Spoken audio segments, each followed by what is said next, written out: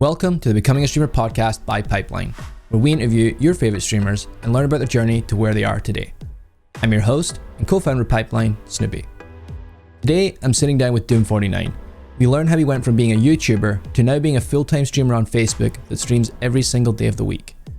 Doom is known for having some of the best thumbnails in the industry, especially for live, and since November last year, he has seen explosive growth, reaching over 10,000 concurrents. And in 2020, he is locked in on capitalizing on all that growth. You can find him all over the internet as Doom49, but for now, let's find out how he got to where he is today. Doom, it's great to have you on the show. It seems like it's been one hell of a year for you, and 2020 doesn't show any signs of slowing down. What's going on, man? Thank you for having me.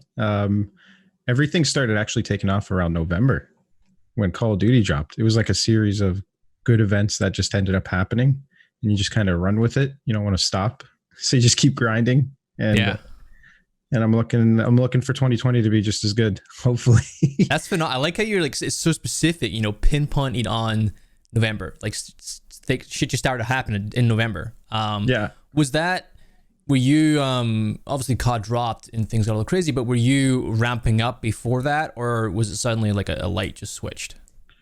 Well, one of the things is like, you got to have like good content that you create. But the other thing is you just need the exposure to your content. So like Call of Duty dropped, which was big. So I was doing pretty well in the game at the time. So obviously people want to see the new game. So they're coming and watch it. But then also I got rated by Stone at the time. And that just triggered it up. So it brought the viewers way up there. And then I just kept running with it. And then the next stream I did was like single player of Call of Duty. And people just, I don't know, I guess the way I play it, people enjoyed watching it. So then you just kind of keep running with it and getting people to keep coming back and just do more content around it, just showing what you can do. And people just kept coming. I think that's super, even just in that is like really important. First, it's amazing for you, but when you do get rated by a bigger streamer or another streamer, is making sure that you've got that content already going out. And it's not like, oh, it's crazy. Now I'm going to change everything, capitalize on it. Like you need to already be having that engine running and like creating a bunch of content. Yeah, like I was going to stop the stream. I usually stream for about 4 hours. And then within 3 hours, Stone rated me. And I'm like, well, there's no stopping now. So you just got to run. Do you have a wife or a significant other or anything like that? Or are you good enough? I was just burned out on gaming, but I just kept going and just kept doing it. The moment you see like anytime numbers go up, you have to keep running with it. You have to like put in the hours. Cool. Like I know Stone does it too. Like whenever his numbers go up, he stays streaming for like another 2-3 hours. It's like an opportunity, right? It's to audition to a whole new set of fans. Exactly. You don't want to miss that opportunity. That's right. You can't just stop right there because then you'd lose that opportunity. And that's when you see the most growth, the most gain in subscribers. And that's when you also have to shine, like show off what you can do. Yeah. Cool. So Doom, on the show, we like to kind of go back a bit, like wind the clock and can dig into where it all kind of started for you. I think, if I believe right, you created your YouTube channel in 2011. Is that where it started for you, back. Or was it before that? Well, I used to play competitive CSGO, and then the community can be a little bit, they trash talk and everything, and I got bored of that. I know it very well. Yeah. I got really annoyed of that, and I was like, you know what? I just want to relax and play. And that was around the time when Bad Company 2 came out, and I was like, I just want to fly helicopters. So I started flying the helicopters, and I noticed I was really good in the game too, but that was only just because of my skills in CSGO. So I was like, let me just put some tutorial videos up. So I put these up, and people liked it. So I just kept going with that and posting, and I just enjoyed the feeling of interacting with people and getting feedback from them and just playing the game. And next thing you know, I start getting creative, doing some funny moments you see in the game, and even like the 64-man epic events that you see with like, and even memes I made, like Girl Gamer Needs Ammo, where 64 guys come out when a girl asks for ammo and they just throw ammo at her. Like these type of things, you just get your community involved. Yeah. And were you always that like, were you going in like, I don't want to be a pro player anymore, I want to be an entertainer, or did it just kind of gradually start to happen? Like how? It definitely gradually started to happen. You just start getting addicted to like creating content. It's the same. Like I have a friend who just started streaming, and he's like, yeah, this is addicting. I can't stop streaming. It's just the interaction with the fan base, because you build a community, right? Mm-hmm. And you enjoy chatting with them and just seeing them come out and just gaming. Like I remember last night, my chat broke while I was streaming. I'm like, this is boring. I can't have fun without chatting with you guys. So Yeah. it's just that addiction to chatting with people while you game. I don't know what it is, but you just keep going with it. And is that your motivation to create content? Is that interaction, or is it like I don't want to do anything else but, playing games and making content? What does the motivation come from for you? It's a bit of both. It's a bit of both, to be honest. Because like you have to obviously be playing games that you enjoy. You can't just do stuff that you don't enjoy because it's going to burn you out. But at the same time, so you'll be playing something you enjoy, but you also enjoy the interaction with the fan base, because the way they can, like, something happens and then they'll do like a funny emoji spam or like some kind of thing, some old joke that they'll just pop up and just keep spamming it, or like pog face or whatever face, you know what I mean? Like anything happens and it just makes it so much more fun and entertaining even for yourself to play and just have these moments happen. It's something else. I don't know how to explain it. It's just something else. That's what I strive for. When one of the things I felt when I was a pro is that you start to enjoy the game less, because it becomes a job. Did you feel like that was happening for you in CS, and then you kind of went to COD, or like, do you do any CS anymore? I did CSGO when that got popular again. Yeah. And I did notice this game's getting annoying. I think you also have to deal with cheaters, right? A lot of people love to cheat at video games. It's like, I don't know, I guess they just can't get good, so they have to cheat. So it gets really annoying because you feel like it's like this boundary or wall holding you down because they're playing against a cheater. But the other part is like, you start burning bridges with friends because you get so competitive that sometimes like a friend might be anchoring you down. He's not as at the same skill level. So you start getting kind of angry at them, but you don't want to be angry at them because they're your friend. You need, like, because it's a team game, right? So I didn't want to have that anymore. So I started just getting into like more, let's just chill, let's have fun. And if mistakes happen, people are learning, try to keep a positive vibe. I think that's a really important thing, is no one likes anyone negative, at least like consistently. Like you can have a situation happen every now and then, but if that's your consistent mantra of negativity, it like never bodes well. Yeah, that's actually, that's another thing. Like in my streams, I always try to keep a positive environment. Always, like no matter what, anybody like comes in, we got to just keep happy. Like I always tell people, like, welcome to the stream, brother, and everything like that. Just try to build like a family kind of community and just keep a positive attitude. And like one of the things I notice is like, when you die, sometimes you get frustrated. Yeah. The stream feels what you feel. So if you're feeling negative about dying and complaining, they'll feel it. Like there's this quote by Bruce Lee. He's like, it's not what happens that matters. It's how you react to what happens that matters. So like you could die and you could be pissy about it, but that's negative. Or you could die and you could laugh about it and people will just laugh it off. I love that. Yeah, that's true in life just generally. Something happens to you. That's super good. Although it can be hard if you're just constantly dying in a game you're streaming. Yeah, it's so hard to turn that into a positive. So hats off to you for doing that, because it's not easy.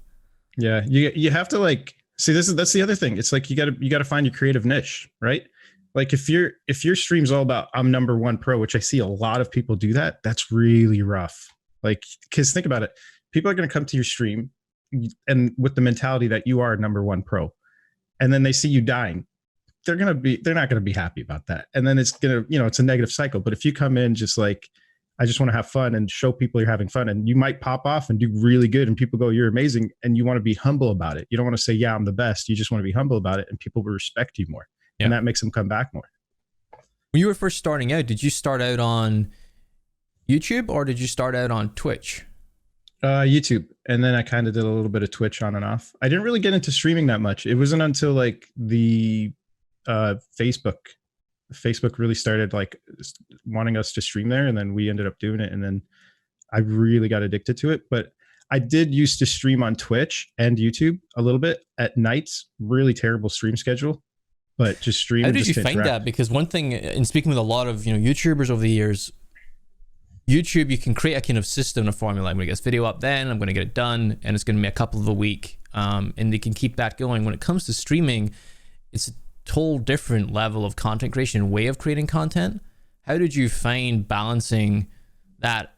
And like when you first started, not now, but like when you're first starting out, how did you manage that transition to streaming?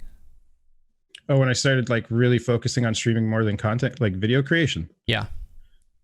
Oh, that is hard, because I still have this, like, because I've been doing videos for like nearly 7 years, right? So like you want to keep doing that, you want to keep creating that. So I would stream in the morning and then I'd collect the highlights and I just edit them at night.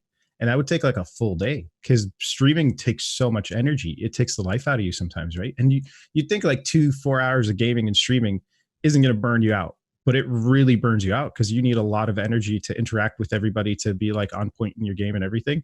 And then afterwards, you need to have some energy to edit. So it was pretty hard at first. And then slowly I started to get like transition to finding a good schedule now. So I'll edit on like a Sunday to take a day off of streaming and just edit then to get videos up.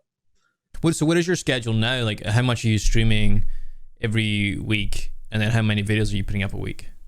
I stream Monday. So this is actually a new thing I'm doing for 2020. This is my new 2020 like goal, right?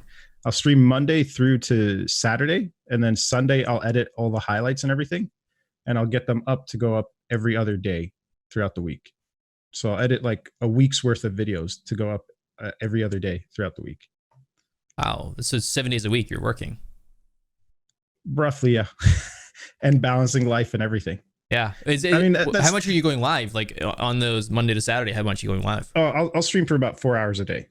Sometimes like when the numbers get high, you want to go a little bit longer, but that's the thing with streaming is like, if you want to get those numbers, like there's a lot of quotes that people say, like if you want to be at the top, you need to want it as much as you want breathing when you're drowning. You know what I mean? Like, so when you're grinding, you need to really put in those hours and grind. It's kind of like a dedication. It's something that you have to be at. You have to be consistent with, and the consistency helps a lot. And then as you're doing it, you figure out certain things that people enjoy, certain things that you could do to make it get more exposure and whatnot. But when that exposure happens, you have to just keep grinding, and that's what I'm going for right now. Yeah, that's super cool. How did you find? Because you're full time now, right? Yeah. And how did you find transitioning from a job to content creation? Ooh, that was rough. That was see, people don't know this, but I used to work as a pharmacy tech, and yeah, so I'd work in the pharmacy and I'd help and everything, and then I think it was like EA started flying me out to these events, right? And this is when I was still making, like, I basically was making enough to like work as a content creator as my own, right? But I was like, I don't know if I can trust doing this. You know, you always have that thing in the back of your head, like you don't know how well it's going to do and you want to have a steady job. So EA started flying us out to these events. And then I remember the pharmacist I was working with, he's like, I can't keep up with you always taking these like flights. You have to decide what you want to do. And then I started asking around, and there's like a lot more doors open to me as a content creator, because you build these connections through streaming with a lot of like companies and corporations and sponsors and whatnot, and like even game companies, that it opens doors for you. So like if I ever stop streaming, I can probably end up, you know, applying for a job in these gaming industries, which is something I enjoy. Whereas like in a pharmacy, you just have to go, you know, 9 to 5, work there. There's nothing else. You're basically, you've hit the top ceiling. You can't do anything else, right? Yep. So I decided to transition. It was a little rough at first, but once you switch into it, and this is part of, I guess, why I have this drive of constantly grinding, because you never want it to fail. You want it to always succeed. And how did you make it? Was it like I'm in, or did you hit that threshold of I'm making the same money now as my job? Or did you like save for a year? Did you wait a couple of years? What was the kind of time frame for you? I wanted to make more than what my job was making. And I wanted to look also ahead. You also have to look future oriented. Like, okay, is there any like safety nets for when it starts making less? Is there any safety, like anything can happen, right?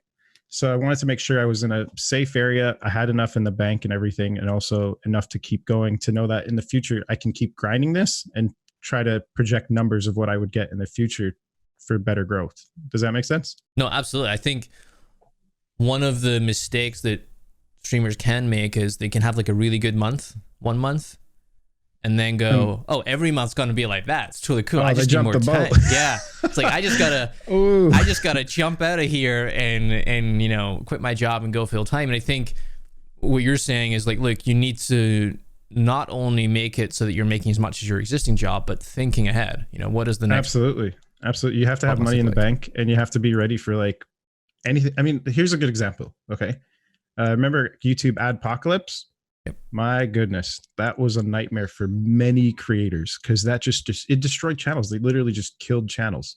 So can you imagine putting 7 years of effort into a channel, and now your channel's like that, boom, gone. So what do? You have to have safety nets in place. You have to have, like, I mean, one of the best things I'll say for any new creator, don't put all your eggs in one basket. Like start creating on multiple platforms. That's what I was going to ask you about, is how was it that changed your mind when that happened, or had you always been pretty conscious like diversifying is so important?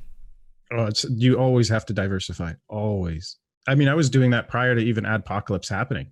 I was constantly just diversifying, and then I started becoming full-timer before Adpocalypse happened. And then when Adpocalypse happened, I was able to transition and still be safe because I had those safety nets in place. Yeah, I think that's really, was that possible when you were at the pharmacy, or was it like, could you take that approach of being in different places, or did you not have the time? I didn't have the time. That was the thing. But once you free up from the job, here's another, this is another thing to talk about. Once I got out of the job, and it felt like I had a lot more time to focus on this stuff. So I started putting in the time, but then you start taking away from the time of like, getting out and enjoying life and stuff. Cause like, dude, I mean, you heard my schedule, right? So it's really just work, work, work, work, work. There's no me time. There's no like, just take a break from everything. You need that. You need to change up your schedule, like get outside and get some fresh air and breathe, like, and do some things. And I don't have that time to like go out and play hockey or anything with friends or whatever, whenever I want to, you know what I mean? And the other thing is like, I also use this mentality when playing games. So I'll be playing like Call of Duty, right? But you can burn yourself out on a game. Playing that for a week straight, 4 hours a day, you're going to burn yourself out. You have to switch it up, because your brain needs something different. So I try to switch it up with like Escape from Tarkov and other games along the way. Do you feel like you've gotten that balance now? Because I hear that a lot. A lot of creators when they're first starting will go right into one game, right? Focus on a niche is what a lot of them say. And then the hope is that you can later kind of branch out a little bit because you need that balance, as you said. Do you feel that you've got that, or do you have to stick with it like one genre or one game? Oh yeah, absolutely. I've got that. See, this goes back to the creativity thing. What are you presenting? What's your creative take on things? And like before we get into that, what are you presenting in creative take? A lot of people say, oh, you're copying this person, or you're copying that person. No, there's none of that. It's what's your creative take on it? Like what do you present that's better than this person? What do you present that's unique, right? Because like, take for example, I'm the type of guy that's like, I love military shooters. Okay. I love FPS shooters. I'll play those. So when I transitioned from like, say, Call of Duty to Escape from Tarkov, it's similar. It's a first person shooter. I can transition from that to Rainbow Six. It's again, similar. People enjoy it. People might come by and be like, oh, this is different. They'll watch, maybe it might not be their cup of tea, but they'll still enjoy it because it's first person shooters. If I go from that to Fortnite, my audience goes, what are you doing? You know what I mean? Because it's like completely different. And I've seen creators that will go literally from Fortnite to Escape from Tarkov, and they go, where are all my viewers? Because they go into this mindset of like, oh, people are following for me. But believe it or not, I know this is a weird number to put out there. I feel like people are 70% interested in the game, and that last 40% is they're interested in you. It's like I've seen it happen. Like I'll transition from CSGO, where I'll get like on YouTube, at least I'll get like 300K views on a video, and then I'll transition to Battlefield 1 and it goes down to like 100K views a video. So like it's because they're not interested in it. And do you see that happening in live content as well as VOD content? Oh, absolutely. Facebook analytics are probably the best for seeing it, because you see it real time as quick as possible, and you can actually understand what's happening. But I don't know, some people, I guess they don't see it. You'll see the numbers go up way more when you're playing a game that they're interested in. And then when you transition to something else, you'll see those numbers go down, but you just have to build it over time. There's two ways of doing this. You build a brand new audience, which is obviously going to happen, that's interested in it. And two is that the main goal is to try to get people to be interested in you. Because like, take this for example, when you hear Shroud, everybody knows Shroud. Everybody knows he's a pro. You love the guy for him. It's not the game he plays. You just want to see how good he does at the game. But now imagine somebody new comes in to watch your stream. They don't know you. The goal is to make them know you and enjoy who you are, so you can play whatever game you play. Because remember, it's like I said, they come in for the game first, and you got to make them a dedicated fan. So I feel like you'll see those numbers transition, but the goal is to build it. Yeah. And that's where the consistency really comes in. And you're obviously extremely consistent. 7 days a week is pretty intense. One of the things you touched on was, your viewers coming in and expecting a certain game. How much do you let your community shape your content versus you pushing the boundaries on new ideas? I try to always play the newest game. So there's always that, because if you play an old game, it's going to die. Your audience, and no matter what A couple of years, fans actually get, it's called viewer fatigue, I guess it's called, where fans just stop watching you because they're bored of watching you. So you always try to transition the game you play because you want to keep things fresh. You have to always keep things fresh. So like right now, my schedule will be like Monday, Tuesday, Call of Duty, Wednesday, Tarkov, Thursday, Friday, Call of Duty, and then Saturday, Tarkov, right? You try to switch it up. Now, let's just say a new Battlefield game dropped. Since it's new, I'll probably play that throughout the week because it's brand new. And then I try to transition in there, fit it into somewhere in the schedule so people still get a little bit of Call of Duty, but Call of Duty's old now, right? So you kind of try to push it out, right? And transition them over to the new game. You have to keep it fresh. Otherwise, you get that viewer fatigue. Even though it's like, oh, everybody, like take this for example, okay? Remember the time when CSGO was blowing up? Yep. I've seen people get up to like millions of views on YouTube playing CSGO. And today, fast forward to today, that's like what, 2-3 years now? They're getting only like 50K views a video. So that's a huge drop, and that's simply because they didn't transition to something new. They didn't build that bridge to new games. You have to always keep it fresh, but it needs to be something they're interested in. Do you ever see yourself like cycling back? I'll take the CS example. Say there's like a big esports event happening for CS. So interest is kind of brought up at that point in the year. Would you ever go back and like try and be on that kind of hype train for CS, or are you like, no, new games are more of a thing than going back to old games? Depends how there's like a couple more factors to it, right? There's many variables. Like, yeah, there's the hype is there, but how high is the hype, right? Like, I mean, remember the recent Tarkov hype that happened because the Twitch drops? I used to take, so this is what happened. Get this. I used to play Escape from Tarkov way back like a year ago. And I used to play it consistently, only Tarkov, but I wasn't getting the viewers. I was only getting like 50 viewers or something. And then I stopped. I was like, there's no point in playing this because you're not getting any growth. So I started playing Rainbow Six and Call of Duty, literally Rainbow Six and Call of Duty. And then after the hype happened, back to Tarkov, and I'm getting the viewers again, but even more. So the thing is, it depends on a number of factors. Like the hype needs to be very strong because it's an old game. The hype needs to be incredibly strong. It needs to be the thing everybody's talking about. But the other thing is, it needs to be, am I still interested in playing this game? Because you obviously have to, like we said earlier, when you get that big number of viewers, you need to present you're good at it. And if you're like, I really don't like playing this game, but I'm playing it for the views, people will see that. People will see that and they're not going to like it. And then the third thing is your audience going to enjoy it? So you take in all these factors before you start playing something. And for the amount of content you're putting out, do you have like systems in place? I mean, imagine, you back when you were first in the pharmacy is like a lot different to now. How do you keep up with yourself? 6 days a week, and then you've got that one day you're making the VOD content. Like, what kind of systems have you built over the year to make that easier on yourself? Have you built any? Taking breaks. You need breaks. Lots of them. Like literally after those 4 hours, just get up. I go outside. I don't even bother touching the computer. Don't even go near it.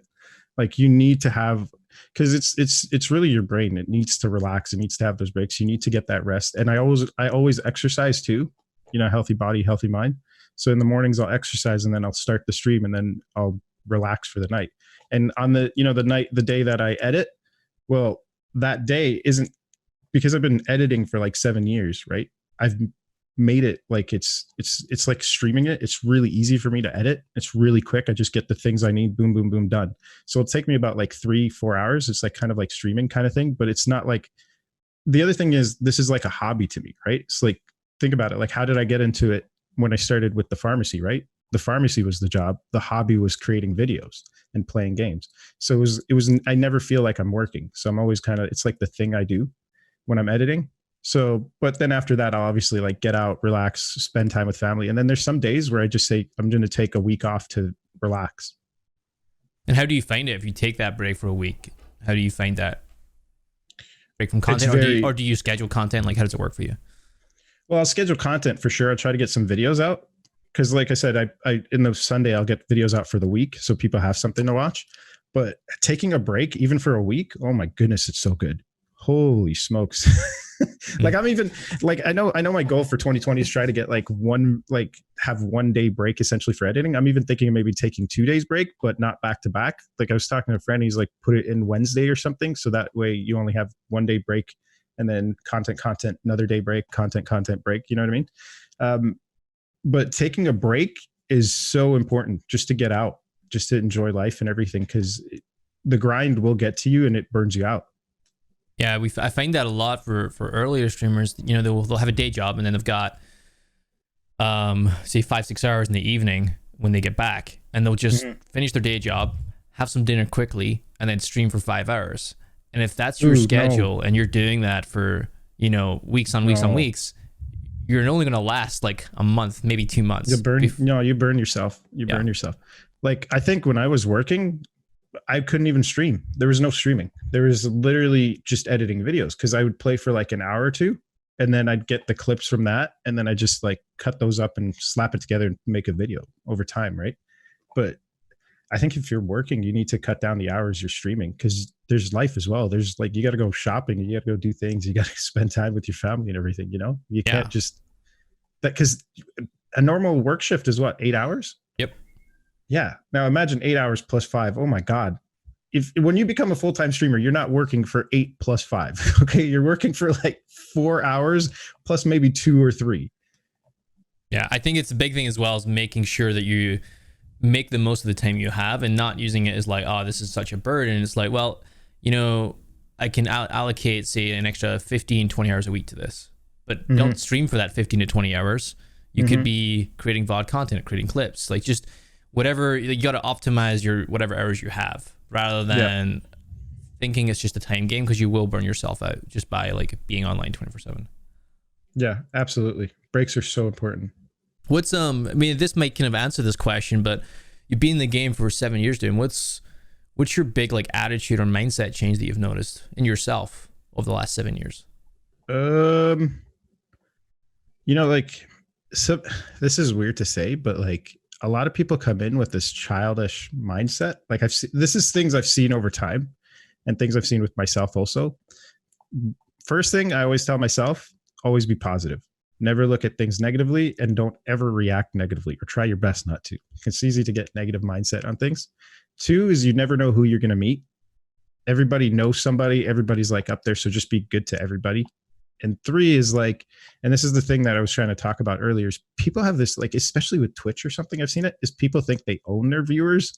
Like they don't want to raid anybody. Like, just raid people, have fun with that, you know, like send people out, because karma comes around. People will know you, and they'll help you and stuff. And yeah, even with games, just if you don't like the game, don't play it. That's the biggest thing I've seen, is a lot of people, like I've even seen YouTubers who are like, I'm only playing Fortnite because this is where the hype is, but I hate this game. It's like, why are you playing it? You're killing yourself. Just play the things you enjoy, have fun, and just keep a positive mindset. Yeah, no, I think it's incredibly important, that positive mindset, and the balance thing that you touched on, I think too. That I think too many creators take that for granted, and then end up burning themselves out. And any progress that they made, they end up, you know, tanking that progress, because it's such a short-lived thing. You cannot maintain that level of grind the whole time. You'll see it in the content. You'll burn the content.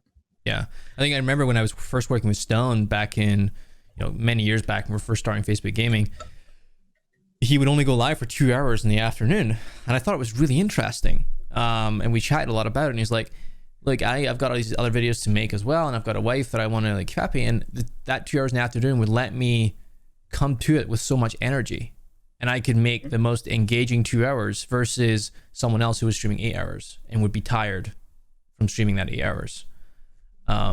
And I didn't get it initially, but I was like, yeah, it makes total sense. Like, you know, your lives are like super engaged and energetic. And obviously you refined that skill over time and does more now.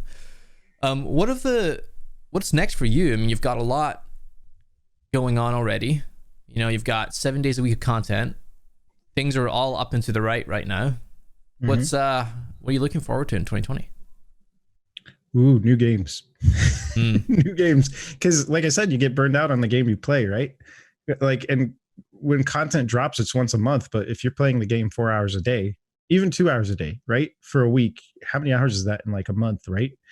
You're going to burn out. Even content drops aren't that much. You burn out on the game. So I'm looking forward to new games, grinding those out, and just like keep into my the 2020 rule of like getting that video set every week, be as consistent as possible. Because, you know, don't put all your eggs in one basket. Because right now I'm kind of fully on Facebook, but I want to start reaching out on Instagram, YouTube, and Twitter and everything. Just grow on everything. And what do you think is going to help you do that in terms of because obviously getting out everywhere is going to take more time and more Mhm. effort on your part. You're already working your ass off. What do you think is going to move the needle there for you to be able to do that? I'm going to keep going with it as hard as I can right now. But honestly, I've seen a lot of people that I know of that are YouTubers. They just have editors. Yeah. So I might need to get an editor, like just to edit some stuff and pay them to do it too, right? Yep, that's a big thing that we notice with a lot of the higher profile folks we work with is starting to hire a team. It becomes that conscious decision, and you're like, well, I can do it, and I can do it faster, and I can do it myself. But at a certain point, I need to get support, and I need to trust that I can get this person to a place that I might be at today. Yep, that's not an easy thing. It's crazy. Like, I remember when I started, like YouTube wasn't even that big, or streaming wasn't even. It was Justin TV back then. And speaking about building your own team for your own creation is like, oh my goodness. It's wild. It's a business, and I think that's when not a lot of people realize that the back end turns into a business. It is. It really is. That's the other thing. Like, a lot of people are like, you just play video games, or like, well, you don't know what happens behind the scenes. Yeah. Like, there's so much work. Yeah, and it just becomes more. The bigger you get, it doesn't become easier. It just becomes more problems. Yes, more work. Yes, more. Yeah, absolutely. Like, have you seen Ninja? I don't think that guy really even streams that much anymore. That guy, like, this places he's going and everything, he's getting interviews and merch and all this stuff. That, I mean, like, good for him. He blew up and everything, but like, he's everywhere now. But he has like a massive team working for him. Yeah, I think that's the thing you need to, and that's a whole different skill set, right? Like, because you're that single entrepreneur for the longest time, and then you got to think, oh, I got to hire this person and give this person feedback. Like, how do I do that? I don't have time for that.